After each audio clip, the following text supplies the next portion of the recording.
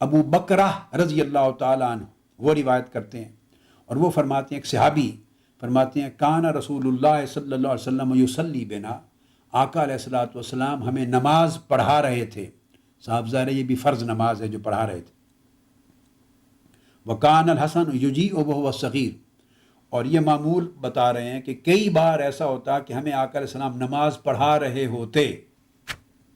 کئی بار ایسا ہوتا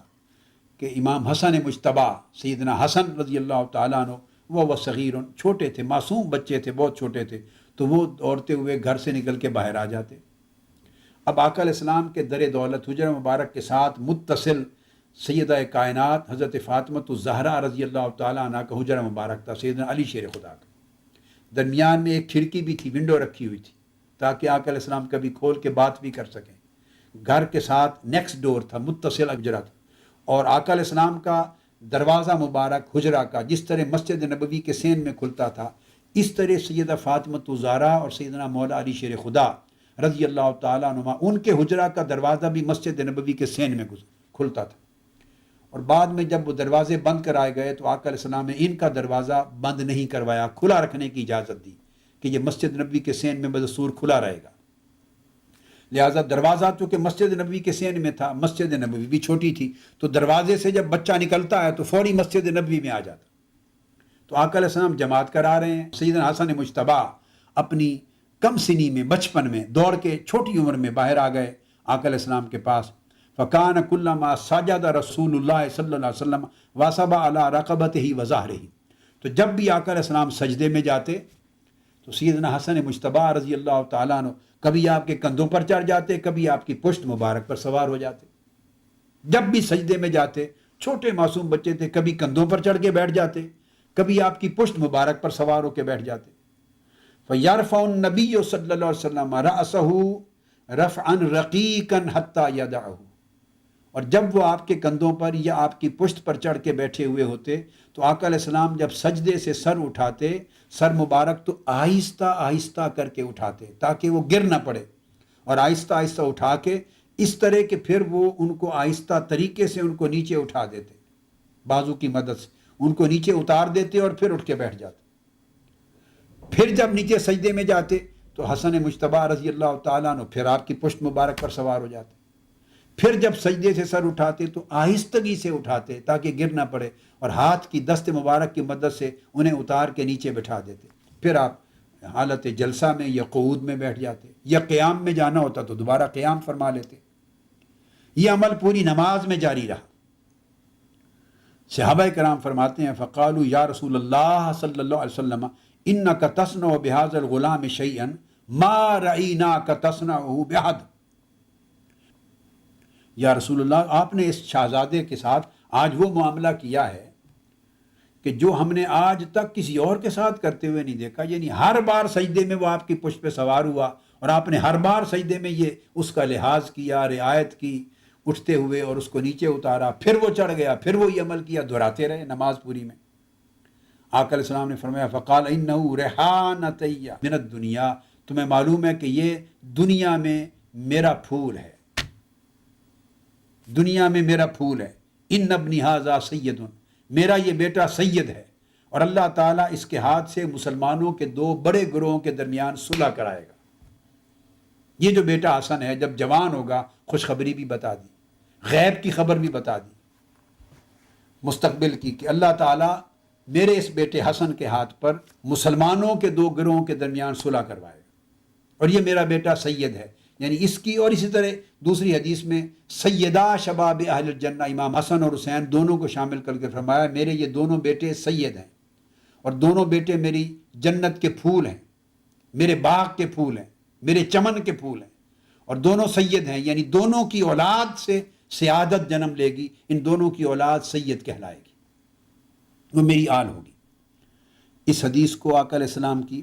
امام احمد بن حنبل نے مسند میں روایت کیا، امام بزار نے روایت کیا، امام طبرانی نے روایت کیا، اور اس حدیث کا اسناد بھی صحیح ہے، اور امام ابن حبان نے بھی اسے اپنی صحیح میں روایت کیا. اب دوسری حدیث ہے جسے حضرت عبداللہ بن عمر رضی اللہ تعالیٰ عنہ روایت کرتے ہیں، قال کان النبی صلی اللہ علیہ وسلم یصلی والحسن والحسین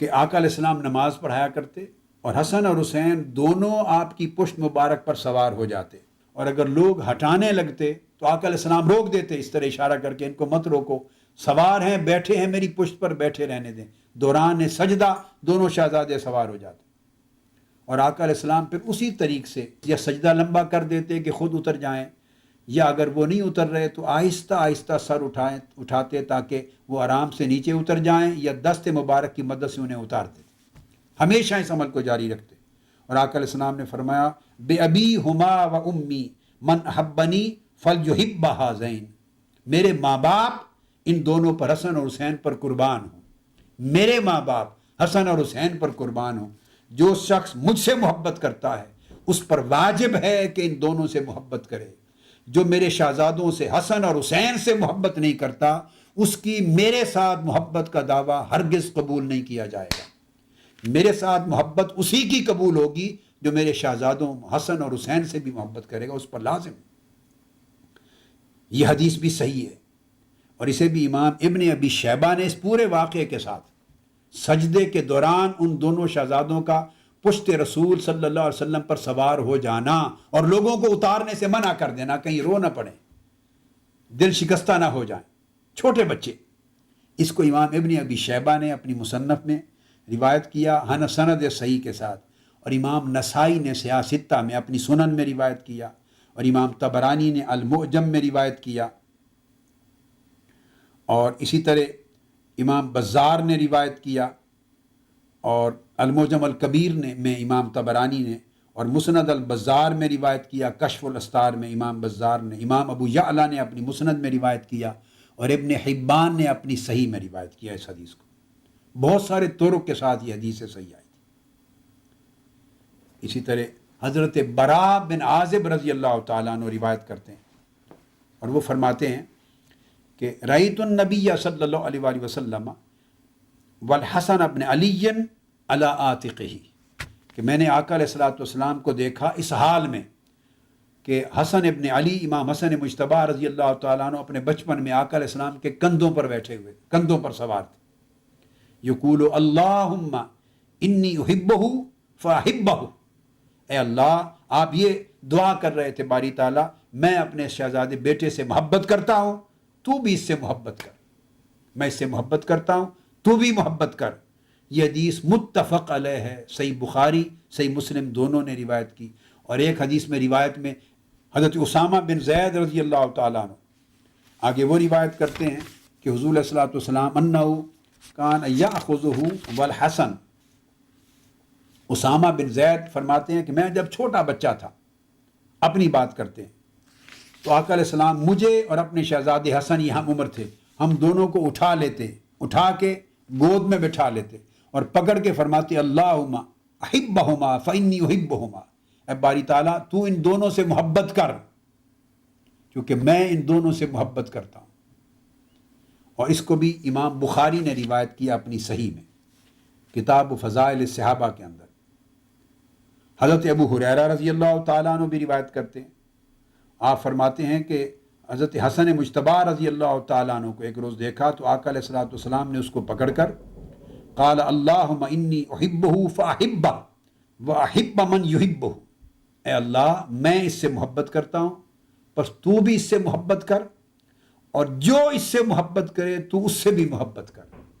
یعنی میں حسن سے، اور دوسری روایت میں سیدنا امام حسین کے لیے فرمایا۔ تو میں جمع کر کے بتا رہا ہوں، یہ بھی صحیح بخاری کی حدیث ہے، حدیث صحیح ہے، اور امام مسلم نے بھی روایت کیا متفق علیہ حدیث کہ باری تعالیٰ میں حسن سے اور حسین سے، ان دونوں سے محبت کرتا ہوں، فاحبہ تو بھی ان سے محبت فرما، اور جو ان دونوں سے محبت کرے تو بھی ان سے محبت فرما۔ گویا ان سے بھی محبت کر اور ان سے محبت کرنے والوں سے بھی محبت کر، یہ آقا علیہ السلام کی محبت کا فیض تھا، اور محبت کی فراوانی تھی آقا علیہ السلام کی، اور محبت کی فیض رسانی تھی۔ سب سے پہلے نئی ویڈیوز کو حاصل کرنے کے لیے شیخ الاسلام ڈاکٹر محمد طاہر القادری کے آفیشیل یوٹیوب چینل کو سبسکرائب کریں اور بیل آئیکن کلک کریں۔